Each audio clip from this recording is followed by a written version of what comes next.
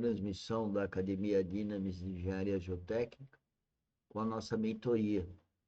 Todos os sábados, quando Deus permite, ou até quando Deus permitir, nós estamos aqui transmitindo a mentoria.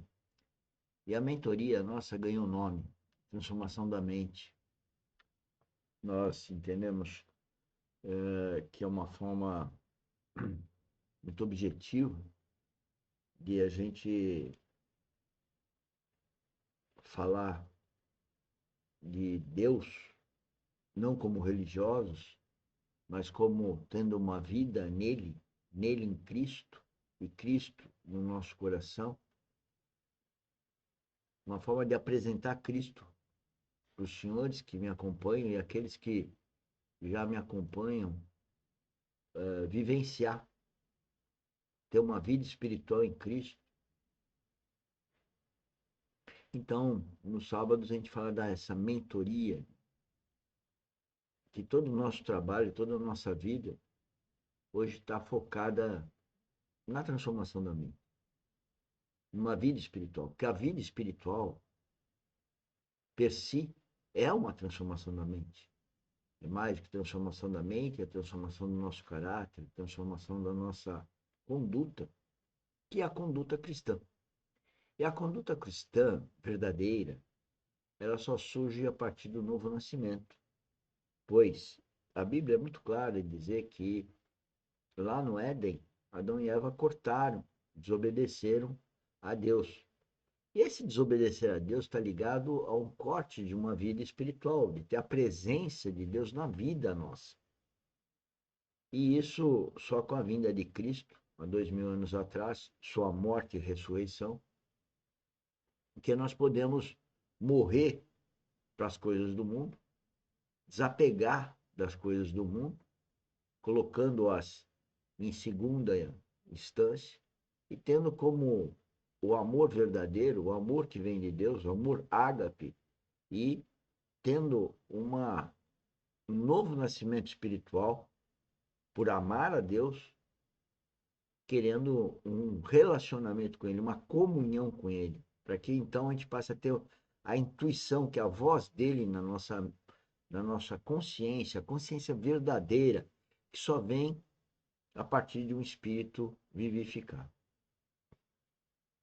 E é isso que a gente, todo sábado, vem aqui dar uma treinada, né? De tal falar sobre essa transformação da mente e ver que isso afeta 24 horas do nosso ser. É só tendo a mente transformada que a gente vai poder realmente amar o cônjuge, amar os filhos, amar os amigos, enfim, a todos aqueles irmãos em Cristo e também alertar, advertir aqueles que ainda não tiveram um novo nascimento, aqueles que estão ainda na vida religiosa, que estão na vida sem Cristo, né? Sem ser apresentado para Cristo, como o próprio Paulo, o discípulo Paulo, que era religioso, perseguia inclusive os cristãos, né? Matava com crueldade, e quando ele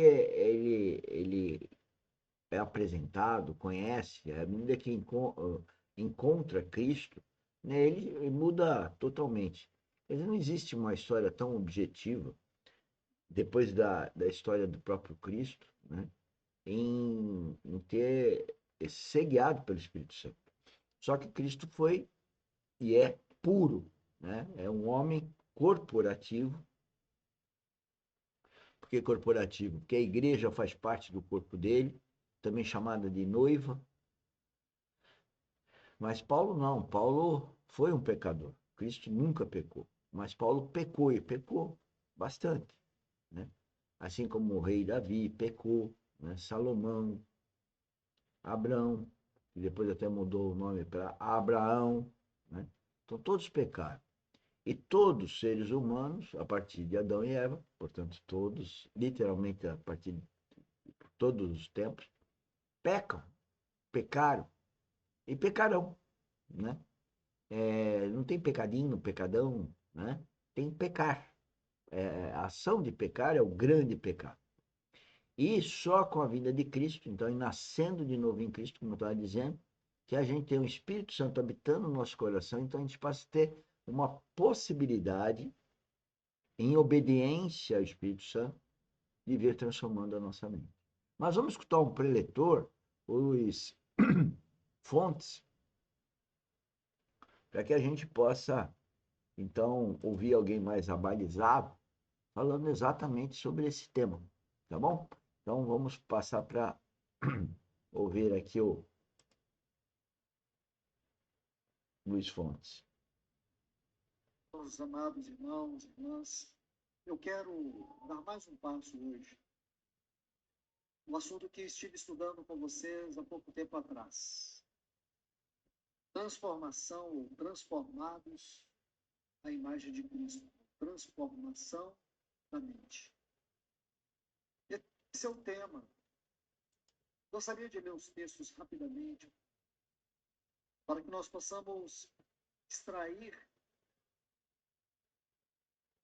a base deste estudo. Romanos capítulo 8, versículos 29 e 30. Diz assim, Romanos capítulo 8, versículos 29 e 30. Sabemos que todas as coisas cooperam para o bem daqueles que amam a Deus, daqueles que são chamados segundo o seu propósito. Agora observe o versículo 29. Porquanto aos que de antemão conheceu, também os predestinou para serem conformes à imagem do seu Filho. Essa frase, conformes à imagem do seu Filho, é muito importante.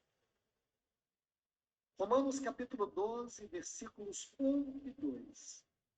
Rogo-vos, pois, irmãos, pelas misericórdias de Deus, que apresenteis o vosso corpo por sacrifício vivo, santo e agradável a Deus, que é o vosso culto racional. Não vos conformeis com este século. Agora observe a frase. Mas transformai-vos pela renovação da vossa mente, para que experimenteis qual seja a boa, perfeita e agradável vontade de Deus. A última porção está aqui em 1 Coríntios, capítulo 15, versículos 46 a 50. Mas não é primeiro o espiritual, e sim o natural. Segundo o espiritual. O primeiro homem, formado da terra, é terreno. O segundo homem é do céu. Como foi o primeiro homem, o terreno, tais são também os demais homens, terrenos. E como é o homem celestial, tais também os celestiais. E assim, como trouxemos a imagem do que é terreno, devemos trazer também a imagem do que é celestial. Isso afirma, irmãos, que a carne e o sangue não podem herdar o reino de Deus, nem a corrupção herdar a incorrupção. Esses foram os textos que nós temos. E daqui eu tirei 3 lições.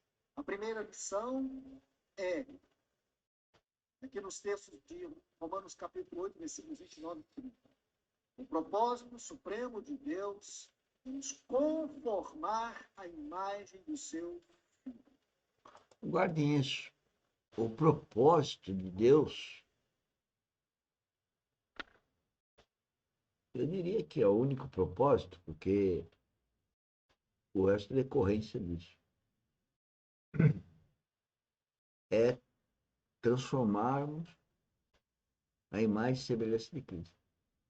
Olha, se qualquer ser humano entende esse desejo do Criador, e se ouvir com o coração essa frase,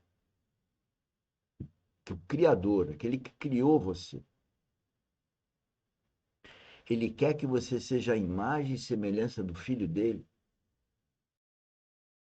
a pergunta que fica é o que você está fazendo para isso? O que você está fazendo para obedecer seu Pai Celestial? Ou ele não é seu Pai Celestial? Ou ele é simplesmente um termo de retórica? Seu Pai Celestial, você vive com ele? Você fala com ele? você obedece a ele, você tem a intuição de perceber o que ele quer, você ouve a voz dele, que é a intuição.